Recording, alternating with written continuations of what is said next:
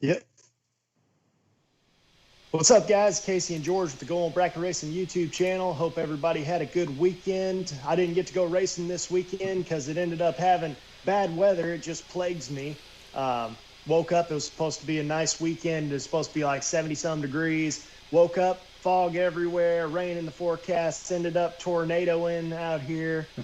Just story of my life, man. So, George, what's going on with you this week? You have a better week than me? Hey, I mean, it would have been nice to have a race car here, even though it was my boy's birthday, like I mentioned last week there, and I wouldn't have got to go to the track anyway, so that it kind of would have made me mad. It was like 75 and sunny Saturday and Sunday both, so birthday party went off pretty good. I got to run around with the kids, and I smoked a brisket that was pretty good, so don't ask for any. If you see me at the track, I'm not sharing. I'm just joking. But definitely not a bad weekend for me. I wish I was at the racetrack as well, and just hung around the house, man, and watched a lot of drag racing, I can tell you that. So, I definitely got my fill of racing. So, we'll get into that later on the stream, I'm sure. So, definitely. Yeah, man. Definitely. So, just like we did with Brandon, just like we did with Monday Morning Racer, we got a new face here with us, man. And this guy's senior associate editor for DragZine magazine, does the DragZine podcast, Brian Wagner. He's coming in with us. Let's just get right to it here, man. Like, we have a lot of questions we can ask this guy. He's plugged into everything that there is to do with drag racing, and we just need to get right into this. Yeah. Let's bring him in. Brian, it's glad to have you on the Go on Bracket Racing YouTube channel. You are live streaming to Facebook and YouTube, man. How's it going? Doing good, guys. Doing good. Thanks for having me on. I appreciate it. It's kind of weird to be on the opposite end of the desk than usual, so at least I know what to do with my hands. Right, exactly. right. Yeah, so certainly we'll go along and give you a good chance to kind of introduce yourself. And right off the bat, I'm going to ask, how did you get started in drag racing in the first place? And then on top of that, you came up with a magazine that's pretty awesome. How'd that happen as well? Well, it's like so many of us. I got into racing because of my dad. My dad, our earliest pictures of me, was at the track. I was that dirty little track rat kid running out with the other kids, cheering on my dad and the other racers. And, I grew up around it, Thompson Raceway Park, Quaker City Motorsports Park back home. I got to see, like Mark Powick used to race at the track we were at. So it was just kind of, what we did growing up. And I kind of, I went off to college and, kind of got out of it for a little while. And then magically, of course, motorheads kind of congregate together in small places and end up living with a couple guys and buying a 94 Camaro. And here we are, now I'm kind of doing this deal. And, the whole DragZine thing, it's part of Power Auto Media. I didn't come up with that one. I'm just there to help out. And honestly, man, it's funny. This will be my 5th year this year working full-time in the industry. I kind of lucked into it, I did some stuff, some freelance work for Bang Shift. And after I got out of grad school, DragZine had on their Facebook page, they were looking for writers. I was like, well, I'm done with school forever. I've got some free time on my hands. And I had no idea what I was getting into and kind of worked it, did the freelance stuff for a while, and came to a point where I got tired of working in the real world, the corporate world. And James Lawrence made me an offer I couldn't refuse, and I entered the Matrix, and here we are now.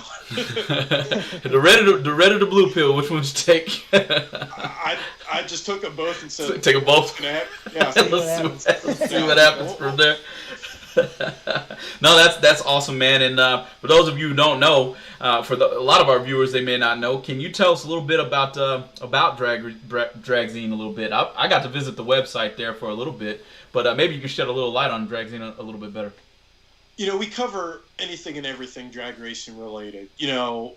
Literally, in any given week, I could be writing about covering NHRA big show stuff all the way down to high-level bracket racing if I can get something going on there, car features, tech, just anything drag racing related, anything that we find cool that we can put up. I have a extensive YouTube subscription list that I look for videos and cool stuff, and it's more than just finding a video and putting up hey, look at this. I'll go out and I'll try to find the racer and ask him questions because we'll find some cool stuff. So I'm always cruising Facebook and Instagram to find cool cars, and it doesn't just have to be a $250,000 heads-up car. It could be a badass bracket car, and I'll be like, cool, I want to write about this guy's car, and I want to tell the racer's story. Absolutely. Exactly, man, and that's kind of what we try to do with the bracket racing community on the Go and Bracket Racing YouTube channels. Just kind of give some publicity to the people who wouldn't otherwise get it. Which I know a lot of the stuff you guys do, they will get the publicity, but you don't just focus on NHRA Top Fuel or NHRA Funny Car. Like, yeah, you like to.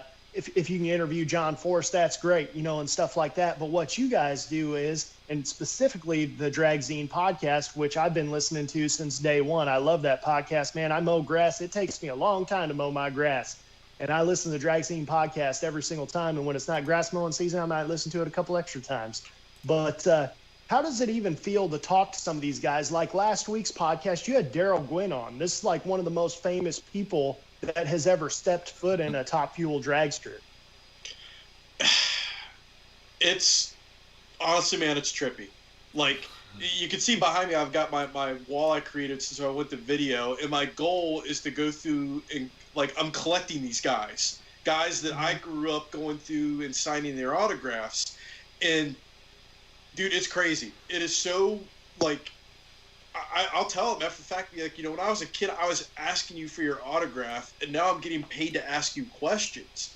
And for me, that, like, gives me, like, more than just being a journalist, is I'm a fan. I'm going to ask the questions fans want to know about and frame it as well as, like, a racer. Or I'm going to ask them the weird technology questions, like some of the stuff I asked Daryl about, the old school technology stuff. Because you look at, like, some of those old Diamond P videos, and it's, like, Stone Age stuff compared to what they do now. And I'm like, man, how did you guys do this back then when you didn't have the technology? Or, I asked Terry about, reading the plugs and reading parts. A lot of people don't realize back in the day, they beat the bearings out of those things and look at them and be like, oh, number 4 needs this or they need that. It's mind-blowing, really. It's crazy, man. I mean, I was listening to that podcast, and the thing that I thought was awesome about it, and you can't ever put the toothpaste back in the tube, but Daryl Gwynn talking about how he just realized that he needed to hold the brake, and that's how he beat all these guys, is just hold the brake. You pull the power down a little bit, and he makes it down the track, goes A to B, beats all these guys. And I don't know necessarily if people have to, I'm sure they still have to do that, but not like they used to. No, not at all. Yeah, no, I agree with that too, and certainly special thanks to you for doing that too. It kind of gives us a context of what it's like to be, number one, I grew up watching Daryl Gwynn myself. And Mark Powick, you mentioned Mark the Cowboy Powick.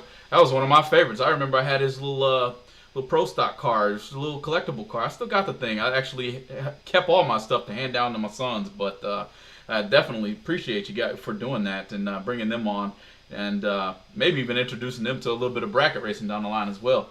But real quick, I know you race as well, and you've shed light on your car already. But what is it that you drive personally, and what class are you running? Oh, that's a sore subject right now. This is going to take a second, so pull those belts tight.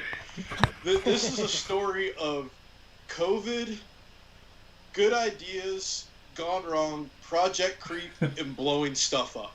Literally is like my street car, Project Red Dragon is a 2000 Trans Am. I've had that car for over 10 years. My buddy's good friend Scott Cordell helps me with the car quite a bit, and we were trying to build that into a street, 9-second street car with not a lot of stuff done to it. And we have had great luck with that car, no issues, lots of fun. Put bottle upon bottle of nitrous through it, no issue. Until there was an issue. And it was one of those things that we don't know. We couldn't figure out 100% what was wrong, but we knew something was wrong. And it was one of those deals where you do all the simple stuff, and then you got to go a little bit deeper, and then it gets to the point where it's like we couldn't tell 100% what was wrong with the engine, but reading the tea leaves, we knew that whatever didn't kill it now was going to kill it eventually. Gotcha. So out it came, and the next thing I know, we're going to build a single turbo street car out of this thing. Well, then we're like, let's do this. Well, then, we're going to have to upgrade the transmission. We're going to have to do this and that. And, I mean, it just, to do it right, it really starts to snowball. And it just got to the point where we're like, oh, well, hell, let's try this. And the next thing you know, we're putting a 2,000 horsepower fuel system in a car, an E85. We think we got it, waiting on months for parts because of COVID. Think we got the thing licked. You finally got all of our stuff from comp cams. You start buttoning it together. I've got a used engine we're going to put in the car, no issues with. Snap the head stud off inside of the block. 110% freak deal. So, cool, we'll figure something out. Bought a used block, thought it was good to go. No, it wasn't. Took everything to the machine shop. He called me up and he said, literally everything you sent me is junk except the brand new stuff and the head casting itself. So I had to buy literally bought a brand new GM 6-liter block. I'm like, I'm not even going to mess with Facebook Marketplace and those mouth breathers because that was getting old. I went through, had the heads redone, and we're just about to the point to have that car done. Now, what would be more interesting with that's going to be just a stupid 1,000 horsepower street car that we'll just have fun with. What's more pertinent, what you guys do is the other car I'm building is a 96 Firebird that's going to be my bracket car project number cruncher. That's just all about consistency, and that's going to be a 427 LS engine that we're building in conjunction with Samtech and Dart. And it was actually originally Dart's idea to kind of do this using one of their blocks, their heads, their intake. Well, a lot of those parts have now been at Samtech for a full calendar year now because of COVID delays, the school getting shut down. So it's going to be interesting. We're putting a fuel tech on it, and you're in for an interesting time when you're trying to, ask Google questions and figure out what you're going to do, and nobody's ever done what you're trying to build. So it's going to be wild. Are we going to see write-ups on that car in DragZine? Yes, we've already done a couple on the car. I'm actually working on writing up the short block right now, the article on that. Then we're doing the top end because we're doing some pretty cool trick stuff with making the intake work. And then what's really nice is that the students are building this engine, and then it goes to their calibration students, and they're going to dyno tune it. And they've never played with fuel tech before, so it's going to be a really awesome learning experience for them. And then it gets shipped back to me, and then I'll do all the write-ups, putting it together, the FTI transmission converter, that whole deal. And then we're going to take that car out and beat on it like it owes us money. Like, straight up, just any chance I get, I'm racing it. I'm going to try to go to big events like we talked about earlier and get run over by some of the professional bracket racers. I'm going to probably get the bad idea to try. They're going to do the Jeg Speed Week here. I'm going to try to run it super gas with no throttle stop because we die like real men. So we're just going to see, what happens with the car. It's going to see a lot of action. Yeah, no, certainly. At the end of the day, you got to be there to cover it for DragZine, right? So is that a write-off? Maybe. Oh, yeah. Well, sounds like it. It's a gray area because there's actually some stuff where I'll be pulling double duty where, I'm going to race. However, I'm going to be generating content. Whenever I go to the track, I bring my camera, and I've been to the National Trail a couple times just on a regular bracket day and picked up stories about 4 or 5 cars. And these dudes, they don't know what to think because no one's ever preached them to do a story. I'm like, man, you've got an awesome car. I want to do a story on it. Tell me your story. And it's like, that's the kind of cool stuff. You find out a guy's owned a car for 25 years. He built it with his brother. That's the kind of stuff that I like to be able to do along with the building, the racing, crewing, and all that. And that's kind of what me and George talk about at the Going Bracket Racing YouTube channel, is that the thing is with bracket racers, that's your normal guys. Those are the guys that most people can relate to. This car behind me, anyone can afford that car. I can't afford John Force's funny car. I can't afford Mark Powick's Copo car, but I can afford this car behind me, and most people can. And I just feel like it gets more people involved in the community, and maybe they eventually can become a John Force. Maybe you get somebody who's a crazy marketer, and then they can work their way up through that, but they got to get involved with this first. I'm going to say something right now that everybody watching needs to pay attention to and remember. It doesn't matter what kind of racing you do. Bracket racing is the backbone of drag racing. End of discussion. Heads-up racing is awesome for what it is. I love heads-up racing, crew on heads-up cars, but bracket racing is what keeps the lights on at tracks. You do not see tracks that merely survive on heads-up racing only programs. Doesn't happen. Exactly. I'm glad you said that too, and because a lot of people don't necessarily look at it in that light. I mean, when I think of it sometimes, and luckily I'm actually on the inside instead of the out, I get to look at, NHRA on TV. You don't see the bracket side of what NHRA is all about until you watch the next week maybe. So I'm waiting on the day that maybe Top Dragster or Top Sportsman or even some type of a bracket class gets implemented into the actual NHRA program where they're running live on TV, maybe the top 16 who have qualified through said championships or something like that. You can run those down pretty quick, and it's just not happened yet. But I'm glad you said that because a lot of people do need to keep that in mind. Exactly. But speaking of heads-up racing, though, one of the coolest heads-up races just happened this weekend, and I think we got the guy on here that we need to talk to about it, which is Funny Car Chaos. And let's talk about Wilkerson and Hartman being the first in the fours with a fuel altered and the first to 300 with a fuel altered. Hell no. That is absolutely amazing. That's absolutely awesome. But there are two things I would never step foot in or try to deal with. One of those cars and a Nitro Harley. They are two-wheel and four-wheel death machines. And doing that in that car and probably what looked like a relatively off-the-trailer tune-up, that's nuts. That's next level nuts. Well, and check this out. This is what's crazy about Nitro. I even wrote this down because I just wanted to put it into perspective. So from 450 to 470 in a bracket dragster is a pretty big jump. So 0.2 of a second, that's 14 to 15 mile an hour. You probably go at 450, you probably go 156, 58, depending on your rear end gears. 470, you probably go 144. That's what I used to go all the time, 472. So now the PDRA Pro Boost record is 359.7, and another guy went 220 for the mile per hour side. The incremental times for Wilkerson's altered, the fuel altered, was 339, which is 0.2 faster than the Pro Boost record at 220 miles an hour.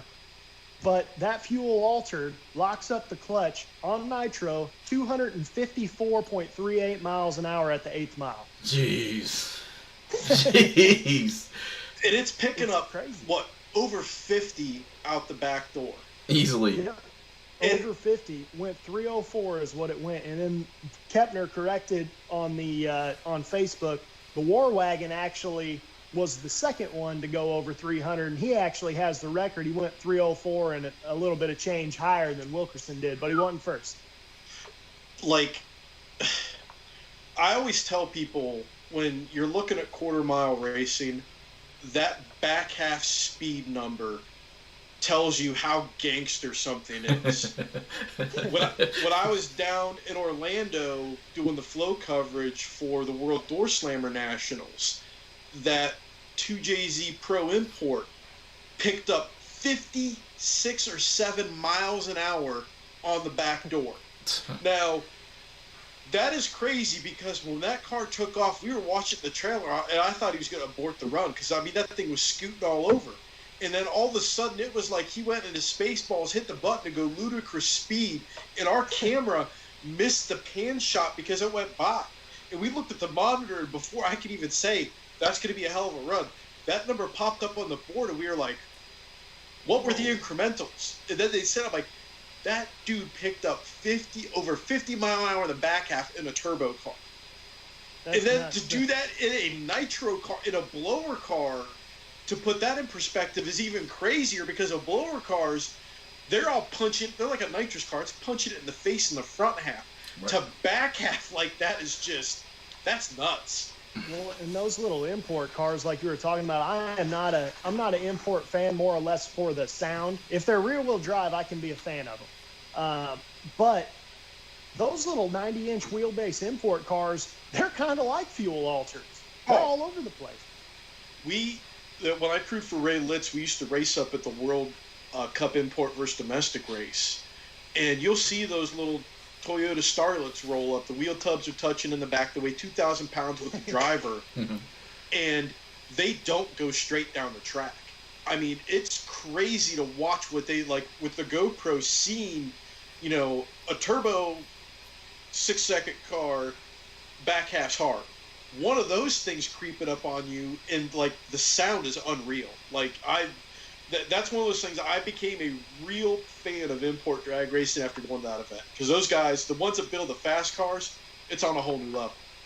Definitely. So let me ask you this question. So, in your opinion, of all the series, if you had to pick one, or you can pick two, you can pick however many you want, but in your opinion, what series currently shows the most promise to become a leader in the industry as far as like classes go, series, stuff like that? Like there's obviously Radial vs. the World with all duck stuff. There's NHRA Pro Mod. There's Outlaw Pro Mod. There's Funny Car Chaos. Like, if you had to pick any of those, what do you think is going to get people involved to the extent like George and I, we always talk about the 90s. Like the 90s was whenever we were little, and we just think it was larger than life in the 90s. And what series has the best opportunity to do that again? You got to look at this from the perspective of, you know, the key word there is series. Now, one-off events in the outlaw world, like, you know, Ducks races, Tyler's races, the stuff they do at Bradenton, Orlando, those one-off deals are going to bring in people no matter what. Like, those are a big deal. Those are events. You know, the World Cup, it's an event. You know, in the no prep world, Outlaw Armageddon, it's, you know, it's an event. People are going to gravitate towards that. Series-wise, I think there are 3 series, like big touring series, that have the ability to really draw people in. PDRA, the Midwest Drag Racing Series, and then I'll lump the NMRA and the NMCA in the same deal. The reason why all 3 have pro mods, they all have classes, well, except for the NMRA, but still, that kind of falls into a different deal because of the variety. That's the variety portion and the participation portion with True Street. But it has a little bit of everything from Street Outlaw down to some of the slower heads-up classes to pull the participants in for the NMRA. So it's a matter of getting people to really want to see it as that, like, an event, something they need to go to. NMCA has Pro Mod, lots of variety, you know, stock, super stock combo, all kinds of awesome stuff. Again, it's one of those events where you go to and you can just graze at the horsepower buffet with all the cool stuff that's there. PDRA, top-level Pro Mod racing. Great stuff, Top Sports and Top Dragster, other things here and there. Again, drawing people in with Pro Mods. Midwest Drag Racing Series. Pro Mods, alcohol funny cars. You can't go wrong with that combination. And how does this all tie together? It's the show that they put on. It's having those top-tier cars, getting people interested, and doing it at an affordable price point and putting on a show. And what I think the issue is, and the PDRA is actually good about this, is, you know, we as humans now have very short attention spans because of these damn things. So right. Not everybody is going to be idiots like us that will go to the track the second the gates open and won't leave till they kick us out. Other people, you know, they got kids, they want to be there's a finite time they need to be there. So, like with what the PDRA does with having set show times for the pro classes, I think is important because that's sort of like what the NHRA does. But I think overall, those series right there are what really need to get support from the racers and the fans because of everything that they offer and the ability, especially in the pro media stuff and the PDRA and hell, even the Midwest Drag Racing Series for, you know, like the car sitting behind you to race it in those series. Right, and that's where I was going to go when you said that. One thing about PDRA and the Midwest Drag Racing Series there is you're always going to have some type of a sportsman bracket racing program to run alongside with it. And that's that's awesome for us in a sense, because while at the same time we're driving our stuff, we're getting fans walk up on our cars like, wow, what is that? And that looks like something I can actually own. You know what I mean? And then they're, hey, can my kid sit in your car? And I'm like, yeah, go ahead, get in there. You know, have fun. But it's those type of programs that I get why you say that. It's like there are almost like a smorgasbord of races. You got your Pro Nitrous with the PDRA. I love that class. Period. It's 8th mile racing.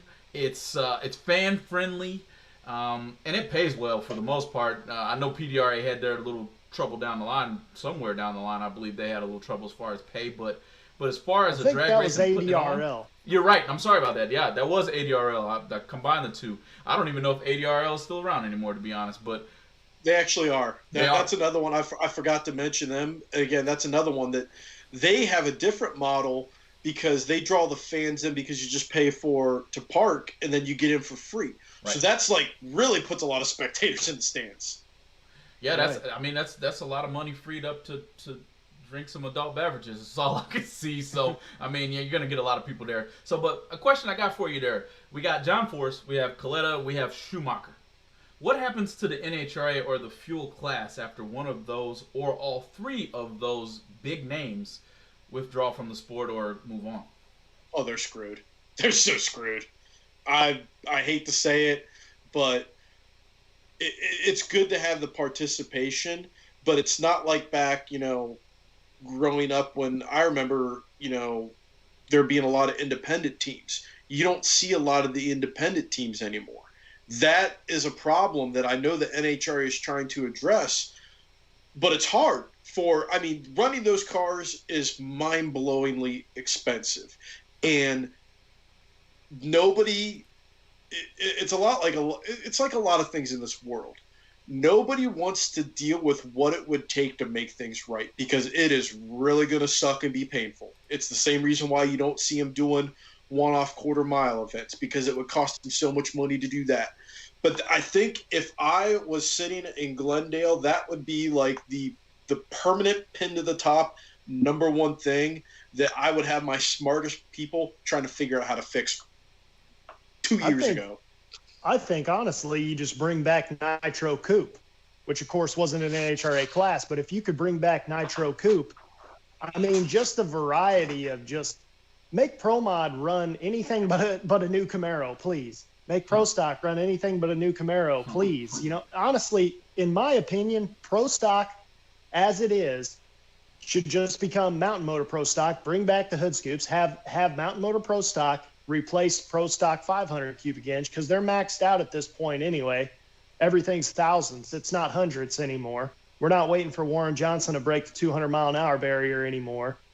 Make Pro Mod be more like Pro Stock is today, but make them run pre-1979 bodies, which of course then everybody would run 79 Camaro because believe it or not, even though none of us like the 79 Camaro for the most part, I think that's actually one of the most aerodynamic bodies ever created, and they love them at Bonneville. Yes, so. I think that injecting a little bit more variety in would be good, but it's honestly, man, guys, it's money. That's really what it comes down to is just the amount of, the box has been opened and all of this money has come in and nobody is going to want to take a step backwards speed-wise, technology-wise, anything else. Because they have tried. By God, they have tried to slow these guys down. And as racers, we're the dumbest animals on earth because if you give us a rule, we're going to go, I don't like that. I'm going to find a way to circumvent it. Right. Look what they did. And go ahead. Look what they did to Pro Charger. Pro Charger came out, and we just published the article about the F4 blower. Amazing piece of technology. F3 blower, amazing piece of technology. Came out and started curb stomping people, going way faster than what they wanted. So they're trying to put the handcuffs like that on the turbo cars, and it's for the simple, it's safety. The NHRA does not want to see Pro Mod door cars going too fast because it's dangerous. It's cool as hell, but I mean, these are already volatile vehicles. We don't need them going damn near 280 miles an hour if you let them. Yeah, well, I think the outlaw record is 279 or something. So, I mean, it's It's nuts, man. In contrary to what I just said, I was watching the Southern Sportsman Showdown, and I texted George right in the middle of it. I was like, dude, one of these, what do they call the Mustang, the Copo Mustangs, like Coyote or something like that? Cobra Jet. That's what it is. There was an NHRA legal super stock Cobra Jet at the Southern Sportsman Showdown that went 775 at 180 miles an hour in NHRA legal super stock trim. It's nuts. And the guys at Ford Performance went, really? You shook a tail, like, really? It's the same thing. I got to tour the Copo facility, and that was one of the things that they talked about is, like, this was 5 years ago, that they were worried about the influx of money and smart people coming in because they would really start to unlock the potential of these engines. And now you have the factory showdown mess that we have with the NHRA now, where people picked up their ball and went home because you can't draw the level of parity without costing people a lot of money. So the Cobra Jet guys were like, fine, we're going to sell our stuff and go do something else. Right, exactly. Because wasn't Camaro running that class pretty good? Was it the Camaro that was leading that class? The factory. Well, Chris Hallbrook is a Mustang guy or a Ford guy, and I think Chris Hallbrook said that basically he had, like, and this was a couple years ago, like, I think he could have went 770s when they were only going 820s, and he's like, why am I going to blow my index out? Because I know I can do it. Those guys were doing some crazy stuff and not showing their hand, and then it was like all of a sudden, after Jeff Turk broke into the 7-second zone, it was just like the dam opened up, and it kind of, I mean, I'm not gonna say it ruined things, but it distorted the class away from its original intention, which is why when people started, this needs to be the new pro stock, I'm like, you do not want pro stock intelligence and money getting a hold of this class, because they'll bad pick up stuff. a second immediately. And guess what happened? Pro stock guys started building this stuff, and now it's all out of whack, and people are mad because, Mark Powell, I've talked to him about this a couple times, and he will flat tell you, he goes, these cars are they're a handful to drive because they're making over 1,000 horsepower on that tiny tire, and they're heavy as hell. And they're at an SFI rating because you can't throw weight at them anymore. It's just you have to knuckle up on those things because they get weird at the top end in a hurry. Right. No. So if I ventured back into NHRA real quick, do you think that match racing coming back on the scene at any point in time would give them a jolt, for lack of better terms? Absolutely. I went, for the first time I got to go to Norwalk. I still call it Norwalk, Summit Motorsports Park, Night Under Fire a couple years ago. And that was nuts. It's a booked-in show, front to back, and it is a show. Bill Bader, hands down, take it to the bank, best promoter in drag racing, end of the story. He knows how to put on, he turns anything into a dog and pony show, and people love it. And they had 8 funny cars there. It was awesome. That is something, look at what the Street Outlaw guys do, booked in match races. They pack the house every place they go to. You'd have to do it at tracks that were safe for nitro cars, but I guarantee you, if you went to a local track, booked in 4 cars, you'd have a line around the place. Right, exactly. And that's, I guess, building off of George's question, like, what is an ideal match race you'd like to see? Like, not necessarily saying like John Force versus Stevie Jackson, even though that would be awesome and we all know it. But like styles of cars, like Studezilla versus a Nitro Funny car, like a Pro Mod versus a Nitro Funny car to the 8th, because I've talked about that a million times, that the incrementals, I saw a couple years ago, Ron Capps' incrementals to like one of his fastest runs to the 8th was like 323 or something like that. Well, Stevie Jackson regularly goes sub 350, sometimes high 340s on a radial. I mean, you'd have to prep both lanes individually, but Stevie can get off the line at a 00 or a 10 light, whereas Capps isn't going to get off the line without maybe a 60 if he gets lucky. So it could be tight. if you were going to do something like a dog and pony show kind of deal, and you had the ability to prep both lanes like that, is like the headlining the final deal, yes, that would be a cool race to see. A nitro funny car versus, a radial tire car be there. That would be wild. If you gave me the keys to a track and said, book any show you want to book right now, I would put on a Saturday night show with, a quick 8 of, door cars, maybe some pro mods, book in even a couple alcohol cars to bring them in, because they're funny cars, they're loud as hell, people would like it, and then maybe like a quick 8 dragster shootout, and then some bracket cars, and you hype it up. This is the other thing, that if you're a track promoter right now, turn on your ears and pay attention. For the love of God, please use YouTube to promote drag racing. It's free. Facebook is free. You have a smartphone.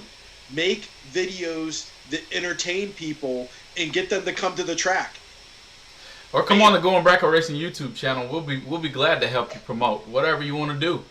Doesn't bother me any. You know what I mean? We're live right now to both YouTube and Facebook simultaneously. So it's definitely, you're 100% correct there. This is the way to go. Go get your niece that knows about the interwebs, if you're an older track manager, and have them show you on a smartphone how to do it. This is such a golden age where you have to be able to use the technology that's taking butts out of your seat and use that technology to reinsert said butts into seats by being entertaining. Just don't throw open the doors and be like, hey, y'all, we got some race cars. That's not going to cut it these days. You have to make people go, oh my God, I want to see what the hell's going on. Oh, I can race? Yeah. Throw them a 15 spot and you can go take your Honda Odyssey down the track. You got to get these. You have to engage people. That's the way it is now. Right. Exactly, man. That's exactly what we're trying to do on the Going Bracket Racing YouTube channel, is just get more people involved and get people to realize that promotion really isn't that hard as long as you know the right people and can get the right people involved. And it doesn't cost that much, man. But so, Brian, speaking of promotion, I'm going to use your line that's at the end of every single DragZine podcast. And it's your turn for once. Do your best John Force impression and plug those sponsors or anybody you need to thank. Oh, wow. That's, I'd have to adjust my hat a little bit. I don't have a dirty fire suit. Yeah. Steve, let me tell you, I tried to cut a good light. And old Coyle told me he put a big tune-up in it, and I had to get after it. But, if you wanted to learn more, you got to go to the DragZine.com. They're on my fire suit somewhere here, maybe on my hat, and you'll see what I'm talking about. You'll see the racing. You'll see what Coyle tells me to talk about, where we try to go fast. We got that Instagram, the Facebook stuff. I don't know. We've got to get this car ready for the next round. But go to those websites, and that's what you'll learn. Let's do this. I don't know if it beats Alexis, but it was all right try. Yeah, that's one of those things where I'd have to have a minimum 5 beers in me to be able to really get after it. And I mean, you go back, and again, I tell people, you watch all those old Diamond P videos, and the man was just a force of nature. There will never be someone like that during that era. You're never going to see it. You won't see it again. Like, that kind of energy and what he did was just, it was off the charts. Some people are close, but it's just, it's to the point where the producer in the trailer was going, like, they had their finger on the dump button if they were live. And they're just like, oh, what's he going to, like, you don't know what he's going to do. And I've been on the end, like, live TV, live broadcasts are terrifying. Trust me. When I had to do live interviews for Flo at Ducks Race, you would start interviewing somebody, and then there's that moment when things take a turn, and you have to figure out, how am I going to straighten this ship out? And it's an art form. It's terrifying, but it's fun. Definitely, man. I totally feel your pain, but yeah, man, we really appreciate you being with us tonight on the Going Bracket Racing YouTube channel. Everybody that's watching, stay tuned, because we are still going to talk about the Spring Fling. We know y'all want to talk about that. Brian, you're more than welcome to stay with us and talk about this if you want to. I know You were talking about Verdi earlier. He was in one of the finals, as far as I can tell. So, Definitely. learn about some bracket racing. You're welcome to stay with us. Stay tuned, guys. Oh yeah, go for it. I was just saying, I'll stay on, answer questions, and dick around and have fun with you guys. Sounds like a plan to me, man. That's what we do. Right after these messages. The Going Bracket Racing YouTube channel has partnered with TSR Racing Products to give away not one, but two $100 certificates redeemable for anything you may need from TSR's extensive transmission parts list. The only requirement to be entered is to subscribe to the Going Bracket Racing YouTube channel and comment on this video. The drawing will take place April 21st. TSR Racing Products has everything you need to make your Power Glide, Turbo 350, Turbo 400, and 727 transmissions the best they can be on the street or at the track. With exceptional products, customer service, and over 30 years of experience, TSR Racing Products is always available to help their customers with any of their transmission needs. In-house machining ensures you only receive the best products from TSR Racing. Visit TSR Racing Products at tsr-racing.com or give them a call at 800-394-5889. So remember, guys, literally all you have to do is subscribe to this YouTube channel. I think it's like somewhere right over there, that red button. Click that subscribe button and just leave a comment down below so George and I have your screen names so we can enter you in the drawing. We can only see like the last 100 subscribers of the YouTube channel. So do that and you'll get some cool stuff from TSR here in about a month from now. So you got time to get in. So get in where you fit in. Talk to you later. Bye.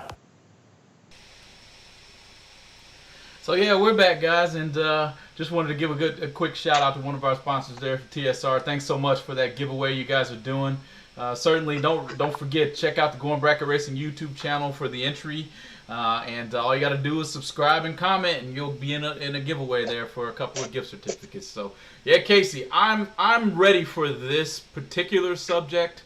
It made my week last week to be able to turn on Motormania TV. Actually, I'm sorry, it was Bang Shift. To turn on Bang Shift and be able to watch the Spring Fling Million, and it did not disappoint, man. So let's get off into that and do a little bit of talking about that. Dude, well, number one, you got to congratulate Corey Galletti, man, because he beat Gary Williams in the final. Poor Gary, man, he just can't get him a dragster chassis. He's been to the finals in the last two of them, I'm pretty sure, man, and that's the best looking one that Todd's Extreme Paint has ever put out, in my opinion. I second that fully. That was one heck of a drag race, number one. Corey Galletti, I think he came on and gave a interview after that, and he said, "Man, I just wanted to let go of the button, and I figured he might be a little bit dishonest on his tune, on his dial-in, so I was just going to stay behind him just enough to let him get the stripe first." And that was a good plan. Shoot. Gary Williams isn't somebody who's going to be exactly honest on that dial-in either, is he? I don't think he's going to be honest at any time, to be honest. But one of the best to do it while not being honest, if you know what I mean there. So that was one heck of a drag race all the way through it. But no, I want to talk first. I want to get off into this subject first, and that's going to be the no box competitors. Tell me what you saw there, because I saw some really good battles in no box class. Dude, well, needless to say, Hastings was always deep. He's always deep. I think I know he got one of the night's wins in the pro side, and I know he went deep after that in the Mustang. And they did say that he had some kind of off-track incident where it bent up the bumper. I haven't heard anything about that. Have you heard anything about that? So I heard either somebody backed into his car or hit his car somehow, and it bent up the bumper. So that's what you're referring to, some type of a damage to the car. Likely in the pits. I don't think it was anywhere but in the pits, to be honest. And maybe we'll get more information on that and report back later, maybe via post or something like that. Maybe we can find an article. But to refocus and still get it done after the fact, that's saying something. I think he took two colors down to race Justin Lamb and had to race him twice or something like. I think it was Lamb, but had to race him twice to be able to win that. So. Dude, speaking of these pro guys, though, man, Andy Schmall, I'm pretty sure he's from, where's he from? Idaho, maybe? That yellow Beretta or whatever it is, Lumina, maybe. He ended up actually winning the whole 30-grander the first night. ended up taking a no box car, took out Randy Lynn in the finals. That's right. And I didn't even know who that was, to be honest. Well, I know who it is now. You know what I mean? And he showed up and showed out. I actually expect, after him winning something of that nature, to see him. I wouldn't be shocked if we seen him at the 500 this in April. You know, he's always out there, and he's always been a heavy hitter. In fact, I might have seen him at I-57 one year, but I don't know that if that was him or not. Maybe, I don't know, might have been a lookalike car. Maybe Charlie Hamill was driving it, now that I think of it. But anyways, Andy Schmall, he's been a heavy hitter for a long time. He's everybody says Nasty Nick's the best there ever was no boxing. Andy Schmall is just as good as Nasty Nick. Clearly. I mean, he's down there with the best racers there are. Like I said, took out Randy Lynn in the finals, and some of the best equipment you can get driving Bo Butner's green Roadster. True. So, and we had a giveaway going on there, and certainly want to give a little shout out to the winner of that giveaway, Mr. Brandon Barker. Somehow, 231 entries was what we ended up with at the Fling event for the million. And I kind of want to shed a little light and talk a little bit about that, because I was expecting like 400. I'm honest. I thought this was going to be one of the biggest spring flings that we could have seen here. Any ideas what could have hindered it, or you think it's too far west? What's going on there in your opinion? And Brian, if you got anything, maybe a thought process on the spring fling there.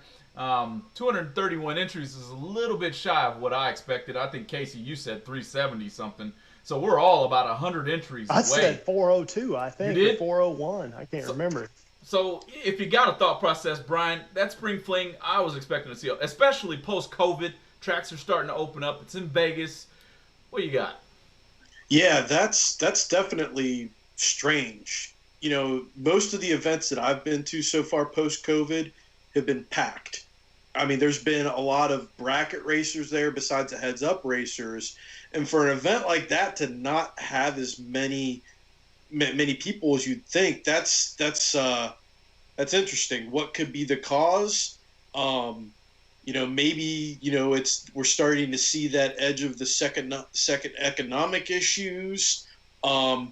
Maybe we're starting to really see the problem of oversaturation of big money bracket races with everything coming on this year. That iceberg that everybody that's been pointing at, maybe it's here.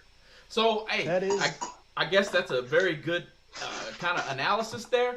But we will know very soon, because in April, I believe it's starting the 14th or the 15th, don't get me lying, but in April, in that week, we have the SFG 500. And I'm really going to be shocked if that race doesn't have 600 entries plus. I'm being honest with you, because I think the entry fee is something like $1,200, $1,300, $1,600 or something like that. Low enough to where most bracket racers who want to take a shot at a big money race of that caliber have the ability to enter it. Not to mention, all the money's guaranteed. So I guess we're going to have a real good backup to test it. You know, John Force had to back up his funny car ET record, and well, we're going to have a backup race here to see if maybe the second economic, the wave of another quote-unquote potential scare of COVID coming down the line, maybe that actually did have something to do with it. But and this actually just spurred a question in my mind for Brian here, which, by the way, thanks Monday Morning Racer, thanks Alan, thanks Ed, thanks to that little nasty red there, and thanks to Dragster Jeff, man, for everybody being in here. But which, by the way, Dragster Jeff says Andy Schmall won everything Division 6 bracket finals in 2020. But here's my question that I have for Brian. Alan just commented, because Bo Butner, of course, won the million. Now, Brian, how about Bo Butner? How about Bo Butner quitting pro stock to go full-time big money bracket racing? What's that tell you? I interviewed him at Orlando about the Southern Sportsman Shootout, and you can get a vibe real quick on people about how they feel about something. The glow that he had about doing the Sportsman deal and then talking to him off camera about stuff is that he enjoys it. It's people don't understand how much of a grind and what it's like to race NHRA like big show racing. So being able to go do what he does, because he's still got a no prep car too. So, going out and doing this kind of racing is something that it doesn't surprise me at all, because he's a pro stock racer. So, he's going to be good on the tree automatically. So he's going to need to learn a little bit of the stripe, but it's something that, with what Randy does, that they can throw a couple cars in a stacker and just go. And, it's not as an intensive process. They can enjoy the flavor of the race. So honestly, it doesn't surprise me at all, because how many other, big show drivers have you seen that, go comp, super comp racing, stuff like that? And don't forget about the fact that I don't know that it was maybe 2 years ago that Bo Butner was mathematically eligible to win 4 NHRA national championships, I think. Yeah. Yeah. I mean, what do you have? Like Super Gas, obviously Pro Stock, the Copo deal. Factory deal. Factory stock, and something else. I don't know what the other one was, maybe comp or something. I'm not sure. But so we can just call a spade a spade. Clearly, Exactly. He's a spade. The guy is just good. He's good at what he does. And that's where I think, him coming in, and he may need a little bit more finish line tactic. Honestly, I don't see how if you win the Spring Fling Million. But what I can say is those cars were absolutely deadly consistent. And like you said about naming your car, just repeat the number. The number cruncher, I think, is what you said. That car crunched some numbers, and over again. Even Randy Lynn Ship, she drove a car down to the finals. And so shout out to the whole Butner team. Randy Lynn Ship and Bo Butner put on a show like no other. I've got something for you that you'll enjoy. Had Frank Holly on the show. Asked him if you could race any other class, what would you race? Dude deadpan said he wanted to be a high-level bracket racer because of the skills that high-level bracket racers have between, you got to be able to cut a light, you got to be able to drive the stripe, and you have to be able to be in tune and tune your vehicle. And that's a different skill set than it is. Like, heads-up racing is a different animal, but if you're a good bracket racer, there's a better chance you could jump up into a heads-up car and crush some people like what Alex Laughlin does. Right, exactly, and that's exactly right. And we got another comment here that says, I think if the Spring Fling was guaranteed purses, there probably would have been about 400 entries or so. So that goes along kind of with what you were saying, George, where the SFG 500 is coming up. It is a guaranteed purse. Maybe we will see more people because of that. And I say it again, we're going to learn something with the SFG 500. I'm not in any shape or form. I'm not expecting less than 500 entries at that race. The first race is Monday, and I think it's a 50 grander for $175 stinking dollars. Okay, I don't know anywhere, and I know that it's kind of running right off the box. And if anybody who's going to Bradenton, Florida, where the sun is and the beach is and the golf courses are, you're going to show up a little bit early. You're going to race that Saturday at the local track event because they're going to have a $5,000 or something. They're smart. Hey, let's up the purse on this particular race to $5,000 because you're going to now draw every single racer who can be there early enough that's going to be at the SFG 500 to come and test the track, to test and tune. I can tell you my family's going early enough to run the first $5,000 event. Well, they're not going to be right off the box racing. They're going to be, I've had time runs, I've been in eliminations, I've hit this tree enough times, and if any of them goes any amount of rounds, they're going to be primed up for that race. So, if we have 500 entries, I won't be shocked. That's the minimum that I'm seeing. If we go up to 800 with that race, that's when I'll be shocked. But don't put it past it. That would be unbelievable. And to be fair, the number one, I think also Vegas has something to do with it. I mean, Vegas is an awesome facility, and I'd love to race there at some point. But, man, being in North Carolina, I looked it up. You know how long it would take me to get to Las Vegas? I would have to drive. Yeah, Justin has an emoji in here looking at me like this because he said, we need to just go out there one year. Let's start saving our money. And then I said, it would take me one day, as in 24 hours, plus another 10 hours to get to Las Vegas Motor Speedway. I mean, I'm not going. I'm not doing that. Why would I do that? And so I like it. I like what the Spring Fling's doing. They have other events in other areas. Maybe they're going to be at Galot in a couple weeks. And I guarantee you that's going to have more than 231 entries. I guarantee it, right? You're talking about coming to the heart of drag racing, in my own humble opinion. Sorry, Indiana, you come a close second. Let's just say the home of bracket racing, if you want me to get technical or something like that. But the Carolinas, that's going to be a packed race. But and maybe that's what's up. They have a race out there for the West Coasters because they're not going to drive 24 hours plus 10 to get all the way to Galot. It's the same thing, right. You know what I mean? So it's just I give a hats off to them for throwing a race for the West Coasters. Just about everybody. So right. So here's a question, Brian. So you being a media man, I asked the Monday Morning Racer this. I think well, this is actually an offshoot of that particular question, but you know how obviously there's contingency in all of motorsports. How do you get contingency involved with bracket racing? Because bracket racers are constantly buying parts, just like all the pro teams are. And obviously it has something to do with media coverage. But what can promoters do to even say, like, for example, this car has Hoosier tires on it right now.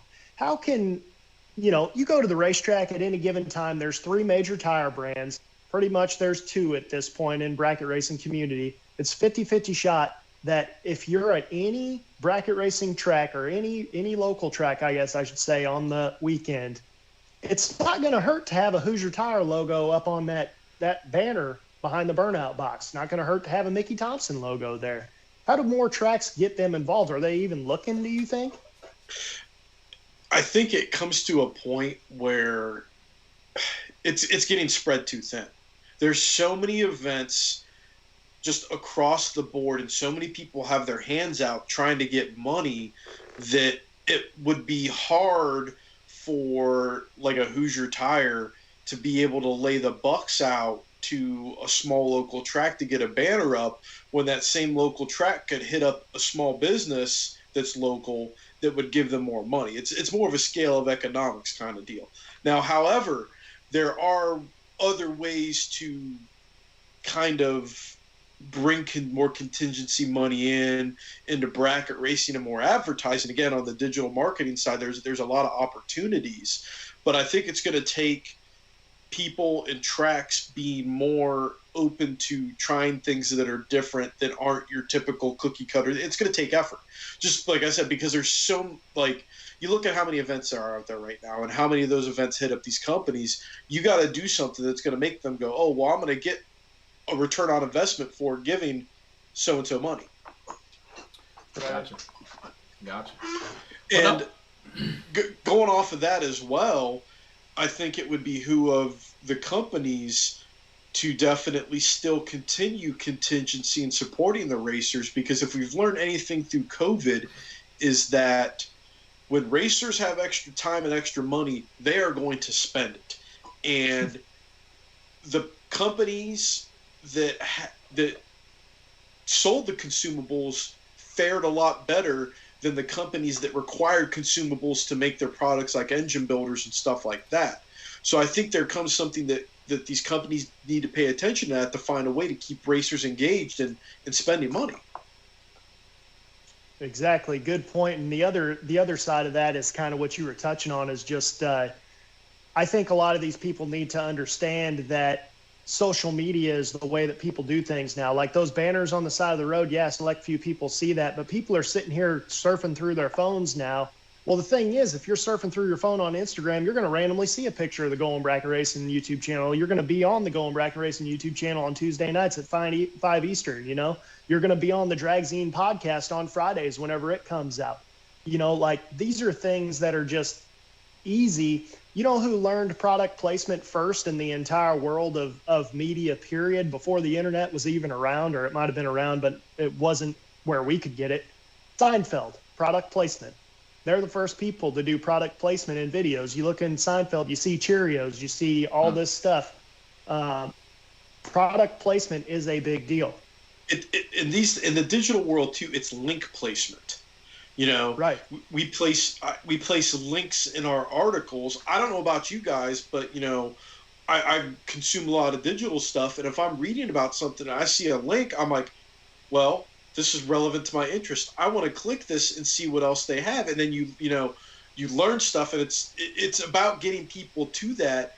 And I think that there's a lot of tracks that need to do that, and companies need to do that more. Is even just on Facebook, is putting links to other Facebook pages in there, and then having an active Facebook page. Again, updating just with small stuff, having that content there is what draws people in and brings them to what you do. And it's sort of like when I'm writing a tech article, I write it where, let's say you're trying to learn something about a specific carburetor.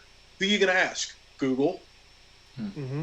I need my tech article to come up in your Google search. So you're going to look at it and be like, hey, you know, they make this carburetor. I want to go look at their website.